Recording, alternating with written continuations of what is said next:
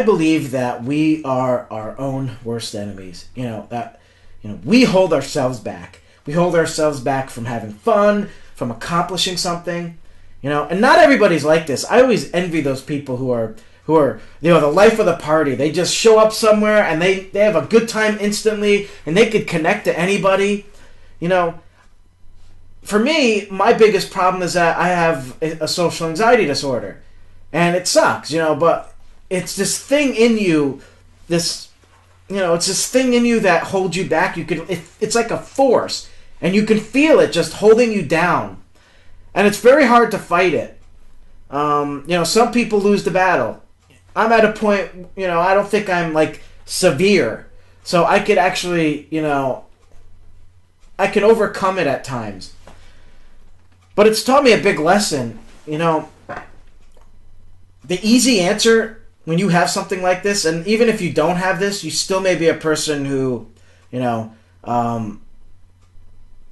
a good example. Let's say you get invited to a party, and then you have every excuse in the book why you don't want to go.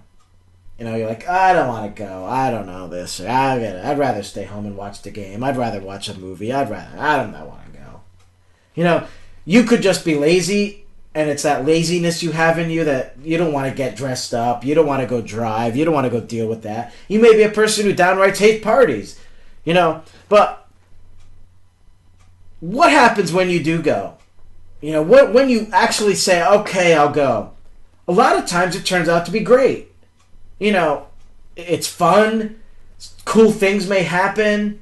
I think of this wedding that I had to go to, and I didn't want to go, and I remember just complaining to my mother, like, I don't want to go, I don't want to do this. I had just turned, I was 17 going on 18, and I didn't have my car. I didn't have I didn't have my license yet either.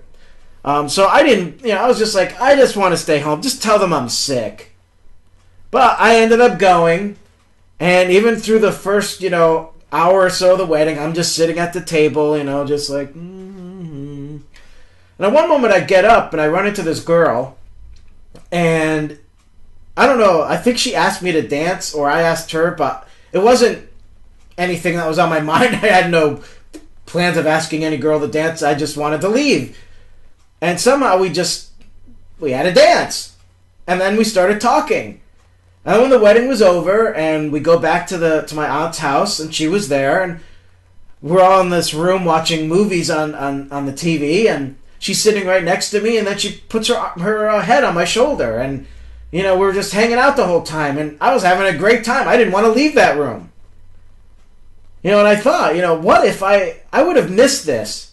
I would have missed this. I wouldn't have get to have this great memory, this fun time, if I hadn't gone. I was so grateful I did go. And nothing, happened with this girl. I didn't talk to her, after that point and all that. But what's interesting is I didn't know that I actually knew her. That I had met her many years before that point. When we were 7 years old. Because when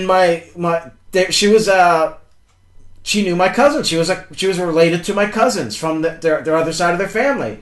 And so whenever there were parties or whatever, they were always there, and I didn't know it was the same girl. So, anyways, the point that I'm trying to make is that we are the ones who hold ourselves back, and we shouldn't.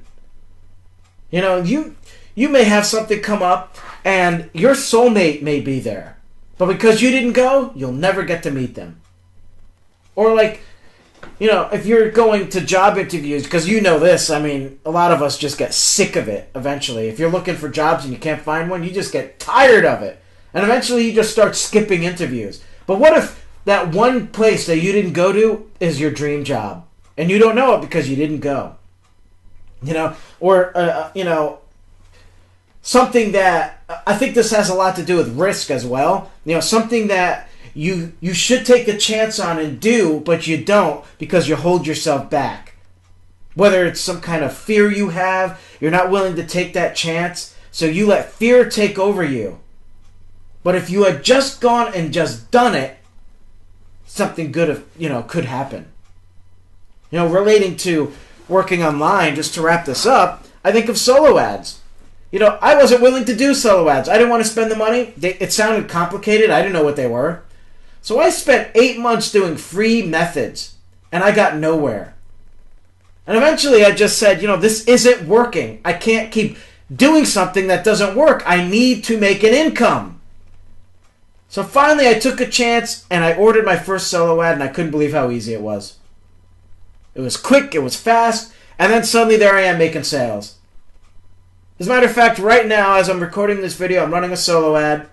I was disappointed all day because the results have been weak, and I just go and check my inbox, and guess what? I made a sale! So it's like, that solo ad, it works. And how did I run that solo ad that I'm doing today? Because I made a sale the last time I ran a solo ad. So each solo ad is funding itself. So I didn't have to pay out of my pocket for today's solo ad. But yet I wouldn't have gotten to this point of building my list, of adding subscribers, of making money if I didn't just go and do it. If I held myself back and continued to avoid doing it, I wouldn't be anywhere. I wouldn't even be doing these videos. I would have quit this business because I'd be an absolute failure at it. So that's the whole point of what I'm trying to get at here, is that we hold ourselves back. We are our worst enemy. And if you just take a chance and move forward, just do it. Just do it. And good things could happen. Have a great day. Hey, thanks for watching the video. Please be sure to subscribe by clicking here. And hey, while you're at it, visit my site here for lots of cool content and yes, some free stuff. Hey, who doesn't love free stuff? I don't. Shut up.